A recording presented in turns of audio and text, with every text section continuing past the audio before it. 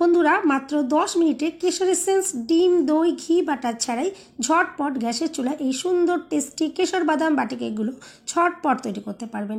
কেকগুলো তৈরি করার জন্য কোনো রকম প্যান বা মোল্ডের প্রয়োজন হবে না। ঘরে থাকা যে কোনো বাটিতেই খুব সহজেই তৈরি করা যাবে। প্রয়োজন হবে না মাইক্রোওভেন বা ওটিজির। সম্পূর্ণ ভিডিওটা দেখতে থাকুন, আশা করছি ভীষণ ভালো লাগবে। রেসিপিটা ভালো লাগলে লাইক, শেয়ার, কমেন্ট ও সাবস্ক্রাইব করে পাশে থাকবেন। দেখে নেওয়া যাক আমার আজকের রেসিপিটা। নমস্কার বন্ধুরা, আমি পাপড়ি পদ্মাবতী ফুড ক্রিয়েশনে আপনাদের সবাইকে স্বাগত। প্রথমে একটা বাটির মধ্যে আমি এখানে 1 চামচ মতো হালকা গরম দুধ নিয়েছি, আর তার মধ্যে দেখুন অল্প করে একটু কেশর দিয়ে রেখে দিলাম। এই কাজটা কিন্তু প্রথমেই করে রাখতে হবে। এরপর দেখুন আমি একটা বড় বোল নিয়েছি, তার মধ্যে দিয়ে দিচ্ছি হাফ কাপ গোটা চিনি, দিয়ে দিচ্ছি 1 চিমটে নুন। অবশ্যই কিন্তু একটু নুন দেবেন, তাহলে কিন্তু কেকের টেস্ট অসাধারণ আসবে। আর লাগছে 4 চামচ সাদা তেল। আমি এখানে সাদা তেল ইউজ করলাম, আপনারা চাইলে কিন্তু ঘি বা বাটারও দিয়ে করতে পারেন। এরপর এখানে আমি নিয়েছি হাফ কাপ লিকুইড দুধ। এটা ঘন করে জাল দিয়ে আমি ঠান্ডা করে নিয়েছি। এখান থেকে আমি খানিকটা পরিমাণে লিকুইড দুধ দিয়ে দিলাম, আর দিয়ে দিচ্ছি 1 চামচ সুজি। এরপরে সব কিছু আমি খুব ভালো করে মিশিয়ে নেব। যতক্ষণ না পর্যন্ত চিনি খুব ভালোভাবে গলে যাচ্ছে ততক্ষণ পর্যন্ত এভাবে ভালো করে মিশিয়ে নিতে হবে। আমি এখানে গোটা চিনির ব্যবহার করেছি। আপনারা যদি গুঁড়ো চিনি দিয়ে করেন তাহলে কিন্তু অনেকটা সময় কম লাগবে, খুব তাড়াতাড়ি কিন্তু এই মিশ্রণটা রেডি হয়ে যাবে। আমি দেখুন খুব ভালো করে এটা মিশিয়ে নিচ্ছি।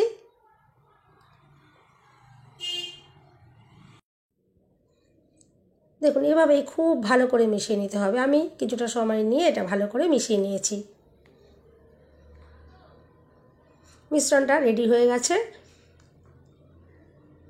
এখন আমি এখানে দিয়ে দিচ্ছি 1 কাপ ময়দা। আপনারা চাইলে কিন্তু আটা দিয়েও তৈরি করতে পারেন। আর ময়দা কিন্তু অবশ্যই এভাবে ছাঁকনি দিয়ে ছেঁকে দিতে হবে, তবেই কিন্তু কেক স্পঞ্জি ফ্লাফি তৈরি হবে। এরপরে আমি ভালো করে মিশিয়ে নেব।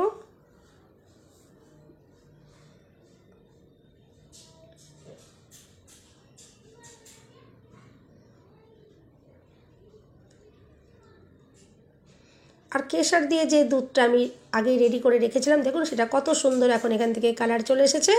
এইটা আমি দেখুন এখন মিশ্রণের মধ্যে দিয়ে দিচ্ছি। আর এরপরে যতটা পরিমাণে লিকুইড দুধ এখানে লাগবে সেটা অল্প অল্প করে দিয়ে মিশ্রণটা রেডি করে নিতে হবে। দেখুন আমি বারে বারে অল্প অল্প করে একটু লিকুইড দুধ এখানে দেবো আর মিশ্রণটাকে রেডি করে নেব।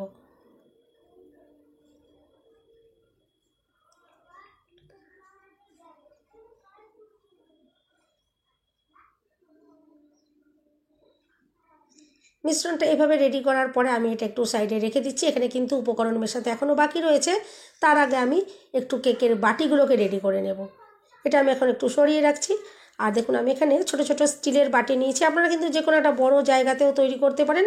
আর বাটিগুলোর মধ্যে এভাবে একটু সাদা তেল মাখিয়ে নিতে হবে, কারণ যখন কেকগুলো রেডি হয়ে যাবে এখান থেকে যাতে খুব সহজেই বার করে নেওয়া যায়।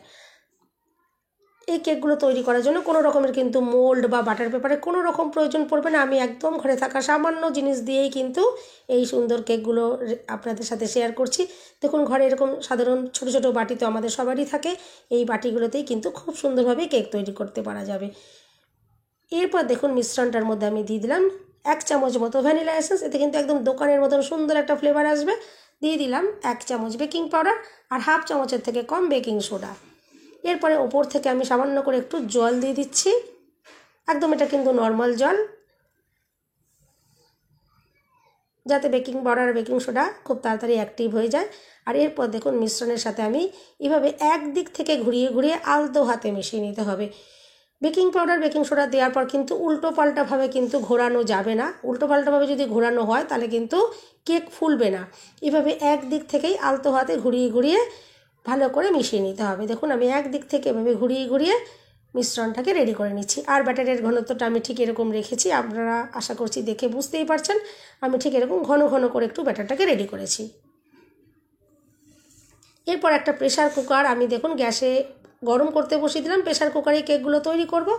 5-7 মিনিট এটা হাই ফ্লেমে ভালো করে গরম করে নিতে হবে। আর ঢাকনাটার মধ্যে যে গাঢ়ের আঁশটি থাকে সেটা কিন্তু অবশ্যই খুলে রাখতে হবে। দেখুন আমি খুলে রেখেছি। এরপর দেখুন যেই বাটিগুলো আমি তেল মাখিয়ে রেখেছিলাম সেই বাটিগুলো আমি আবার নিয়েছি। আর এখন এখানে আমি একটু ড্রাই ফ্রুটস দিয়ে দিচ্ছি, যেহেতু কেশর বাদাম কেক সেই জন্য আমি এখানে দেখুন 3 রকমের বাদাম ইউজ করছি। এখানে কাজু, পেস্তা আর আমন্ড বাদাম আমি দেখুন ছোটো ছোটো টুকরো করে কেটে নিয়েছি। আমি দেখুন বাটির মধ্যে এগুলো দিয়ে দিচ্ছি। এভাবে আগে থেকে যদি দিয়ে দেওয়া হয় তাহলে কিন্তু যখন কেকগুলো তৈরি হবে দেখতে কিন্তু খুবই সুন্দর লাগবে। আর যেহেতু বাদামগুলো দেওয়া আছে খেতে কিন্তু খুবই অসাধারণ হবে।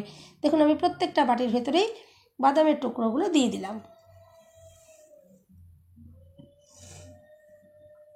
আর এরপরে যে কেকের মিশ্রণটা আমি রেডি করে রেখেছি প্রত্যেকটা বাটিতেই আমি অর্ধেক পরিমাণে দিয়ে বাটিগুলোকে রেডি করব। আর আমি এখানে একটু কেশরও কিন্তু দিয়ে দিলাম, যেহেতু কেশর বাদাম কেক দেখুন বাদামের সাথে সাথে আমি একটু প্রত্যেকটা বাটির মধ্যে কেশরও দিয়ে দিয়েছি। এতে যেমন কিন্তু দেখতে সুন্দর হবে, খেতেও কিন্তু খুবই অসাধারণ লাগবে, কেশরের একটা সুন্দর ফ্লেভার আসবে। এরপর দেখুন মিশ্রণটা আমি অর্ধেক করে করে বাটিগুলোতে দিয়ে দেব।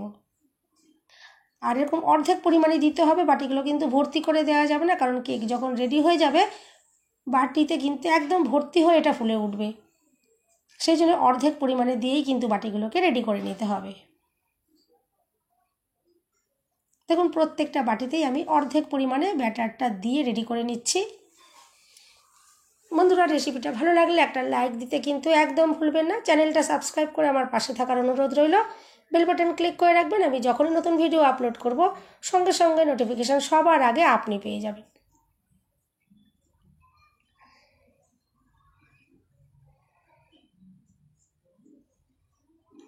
দেখুন প্রত্যেকটা বাটির মধ্যেই অর্ধেক করে দেওয়া হয়ে গেছে। আর অর্ধেক করে দেওয়া হয়ে যাওয়ার পরেই প্রত্যেকটা বাটিকেই একটু ট্যাপ ট্যাপ করে দিতে হবে, যাতে ভেতরে যে এয়ারটা আছে সেটা যাতে বেরিয়ে যেতে পারে।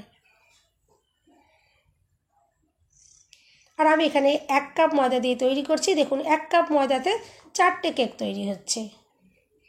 এবারে দেখুন ব্যাটারগুলো দেওয়া হয়ে যাওয়ার পর আমি একটু ট্যাপ করে দিলাম।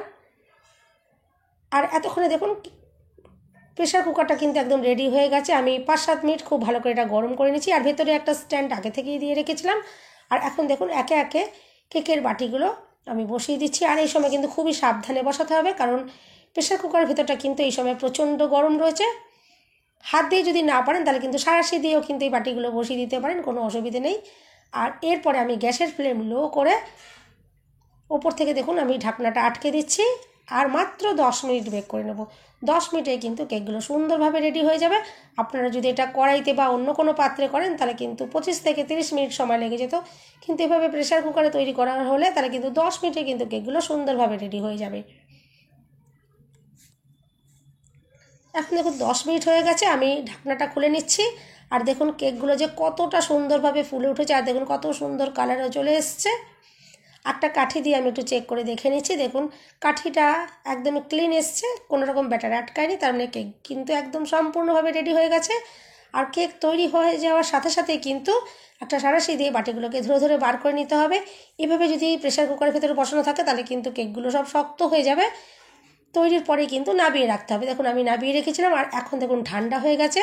আর ঠান্ডা হয়ে যাওয়ার পর বাটির থেকে বার করতে হবে। গরম অবস্থায় কিন্তু বাটি থেকে বার করা যাবে না, তাহলে কিন্তু কেক ভেঙে যাবে। আর দেখুন বাটি থেকে বার করলাম যে কতটা সুন্দর আর দুর্দান্ত দেখতে লাগছে, আপনারা তো দেখে বুঝতেই পারছেন।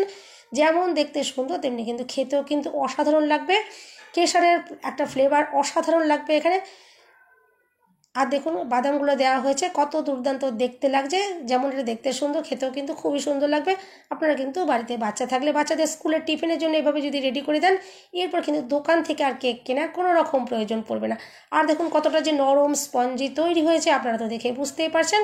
এরপর একটা কেক আমি আপনাদেরকে কেটেও দেখাবো। দেখবেন ভেতর থেকে এটা যে কতটা নরম স্পঞ্জি আর জালিদার তৈরি হয়েছে। এভাবে কিন্তু আপনারা অবশ্যই বাড়িতে ট্রাই করে দেখতে পারেন। আমি আশা করছি রেসিপিটা কিন্তু ভীষণই ভালো লাগবে। এরপর দেখুন একটা কেক কেটে আমি দেখাই, দেখবেন ভেতর থেকে যে কেকটা কতটা অসাধারণভাবে তৈরি হয়েছে। বন্ধুরা রেসিপিটা ভালো লাগলে একটা লাইক দিতে কিন্তু একদম ভুলবেন না। চ্যানেলটা সাবস্ক্রাইব করে আমার পাশে থাকার অনুরোধ রইল। সবাই সুস্থ থাকবেন, ভালো থাকবেন। দেখা হবে নেক্সট ভিডিওতে। ভিডিওটা শেষ পর্যন্ত দেখার জন্য সবাইকে রইল অসংখ্য অসংখ্য ধন্যবাদ। আর দেখুন বন্ধুরা ভেতরটা তো দেখে আপনারা বুঝতেই পারছেন যে কতটা সুন্দরভাবে তৈরি হয়েছে।